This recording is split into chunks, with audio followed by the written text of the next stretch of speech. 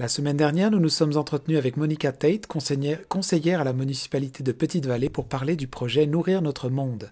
Cette semaine, nos collaborateurs Manuel Brault et Mélanie Clabette ont réalisé une entrevue avec la coordinatrice de ce projet à la MRC Côte-de-Gaspé. Voici un extrait de cette entrevue. Vous en trouverez l'intégralité pour ceux que ça intéresse sur le site tvce.tv ou sur la page Facebook.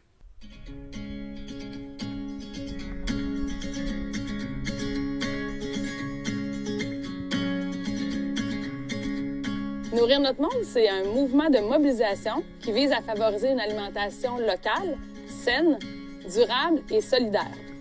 Un peu partout en ce moment au Québec et même dans le monde, il y a un engouement pour l'alimentation de proximité. En Gaspésie, aux îles de la Madeleine, c'est le laboratoire rural de Produire la santé ensemble qui a un peu mis la table. Nourrir notre monde, ça a pris racine en Haute-Gaspésie en 2017 et ce mouvement-là a rapidement pris de l'ampleur pour commencer à s'étendre à l'ensemble de la région. C'est un projet qui est parti de la base, donc vraiment calé sur les préoccupations et les besoins du milieu.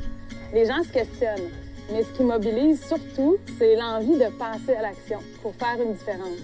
Donc, comment, concrètement, chacun peut contribuer à augmenter l'autonomie alimentaire localement.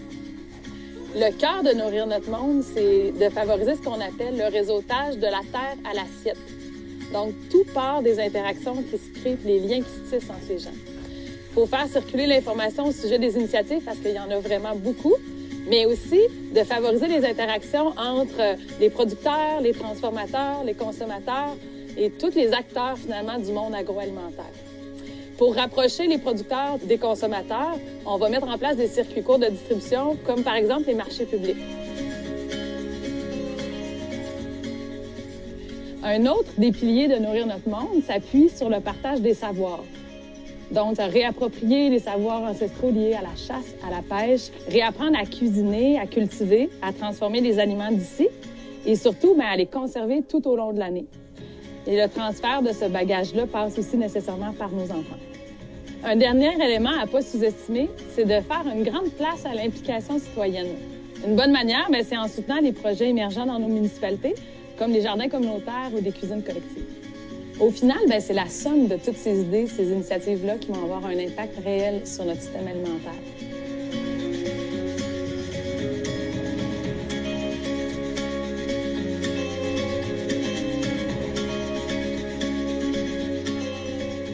On veut favoriser l'accès à une alimentation saine pour tout le monde et qui est produite localement. On a la chance de vivre dans un territoire qui est vaste et il y a vraiment de la place ici pour les idées, pour les initiatives. Que vous soyez un élu, un producteur, un citoyen, on vous invite à joindre le mouvement.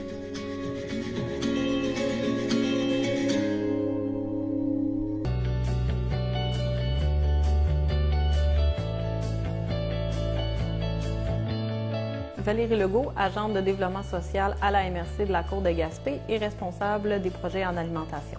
L'objectif premier du projet, c'est vraiment de donner la parole aux citoyens. C'est-à-dire que les municipalités avec elles, on a monté un sondage pour que les citoyens indiquent c'est quoi leurs habitudes, leurs compétences, leurs intérêts, puis leurs rêves aussi par rapport à l'autonomie alimentaire. Et donc, les municipalités, on va souhaiter qu'elles facilitent le processus et que les citoyens puissent choisir les projets, puis on va les aider à réaliser les projets qui sont choisis. Monica Tate, conseillère municipale de Petite-Vallée. J'ai le dossier environnement qui comporte le dossier municipalité nourricière. On nous disait tantôt qu'il y avait déjà une centaine de personnes qui ont répondu, que ce soit au sondage pour Grande-Vallée ou celui de Petite-Vallée. Alors, on invite les gens à continuer à le faire, à aller cliquer sur le lien. Alors, nous, on l'a sur la page Facebook de la municipalité, mais ils se promènent un peu partout aussi. J'ai vu qu'il y avait la MRC qui l'a partagé. Il y a des gens du coin, le CAB et tout ça. Donc, on vous invite à aller le voir, mais il y a aussi... Si jamais vous n'avez pas accès à Internet, des gens qui peuvent vous aider à le faire. Vous pouvez communiquer avec le Club des 50 ans et plus, avec le CAB, qui vont vous aider puis qui vont le compléter avec vous, là, avec plaisir à part de ça. Donc, ça nous donne des bonnes idées aussi.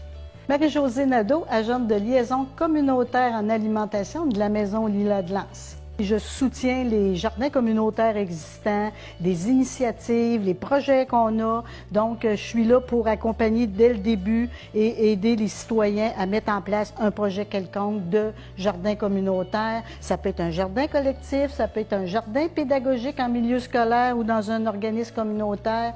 Donc, il y a différentes facettes. Nelson Fournier, conseiller municipal à la municipalité de Grande-Vallée et responsable du dossier municipalité nourricière. Je pense qu'il y a un mouvement de retour vers la terre. Nos parents ont connu ça. On a connu ça, nous autres, moi je suis un petit peu plus âgé, on a connu ça chez nos parents parce que nos parents avaient partout des jardins, puis ils se nourrissaient à partir de leur jardin, à partir de leur ferme, à partir de leur poulailler, et ça revient. Alors, on embarque. Il n'y a pas de limite, hein? L'alimentation, c'est vaste. Tu as nommé la pêche, la chasse, il y a l'apiculture, il y a toute la récolte des produits forestiers, dont les champignons qu'on entend parler beaucoup. Fait que c'est vraiment les gens qui vont cibler des projets et qui vont nous permettre de les accompagner là-dedans. Parmi les questions du sondage, une des questions invite les gens, donc les citoyens, à nommer ce qu'ils ont à partager. Donc, si par exemple vous avez des recettes de conserve, vous avez de la viande de chasse que vous aimeriez partager, vous aimeriez initier des gens par exemple à la cueillette de champignons, cueillette de petits fruits, vous avez envie là, de partager ce qu'on appelle des spots, là, des endroits particuliers de cueillette qui sont accessibles, bien, on vous invite à le nommer parce que le but de Nourrir notre monde, c'est aussi de partager des connaissances, des savoirs et donc de faire en sorte que plus de gens ont accès. Puis tantôt on parlait de dynamiser les milieux. Bien, par exemple, pour les nouveaux arrivants, ça peut être quelque chose qui leur donne envie. Parmi les raisons de choisir une ville plutôt qu'une autre, de savoir qu'ils ont accès à une terre, qu'ils ont accès à des ressources ou en tout cas qu'il y a des projets qui sont dynamiques là, autour de l'alimentation.